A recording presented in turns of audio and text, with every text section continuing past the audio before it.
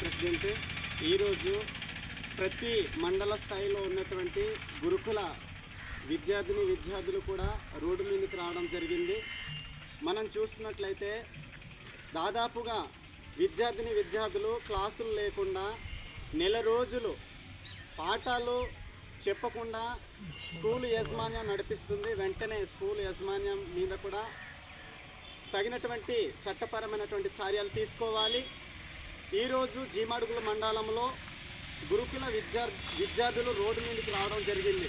వాళ్ళు మాకు ఏ సబ్జెక్ట్స్ మాకు ఇప్పుడు వరకు జరగలేదు, మాకు జరిగిన సబ్జెక్ట్స్ వెంటనే జరిగేలా చూడాలనేటువంటి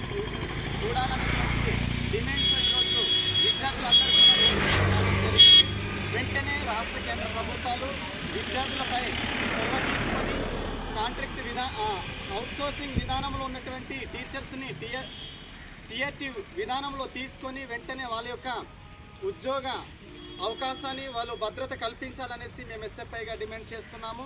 సుమారుగా నెల రోజులు విద్యార్థులు పాఠాలు లేకుండా నష్టపోయినటువంటి పరిస్థితి ఈరోజు మనం చూస్తున్నాము.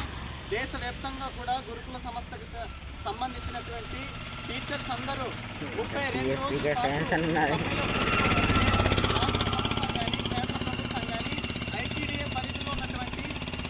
అధికారులు కానీ ఎటువంటి చలనము లేనటువంటి స్థితిలో ఉన్నారు, చూసి చూడనటువంటి స్థితిలో ఉన్నారనేసి మేము ఈరోజు ఎస్ఎఫ్ఐగా విద్యార్థులుగా మేము డిమాండ్ చేస్తున్నాం. వెంటనే సమ్మెలో ఉన్నటువంటి టీచర్స్ సమస్యలను వెంటనే పరిష్కారం చేయాలి. గురుకుల ఉపాధ్యాయులను వెంటనే నిధుల్లోకి తీసుకోకపోతే ఇలాంటి ఉద్యమాలను ఎన్నో ముందుకు తీసుకెళ్తామనేసి కూడా ఈ సందర్భంగా మేము రాష్ట్ర కేంద్ర ప్రభుత్వాలను హెచ్చరిస్తున్నాం.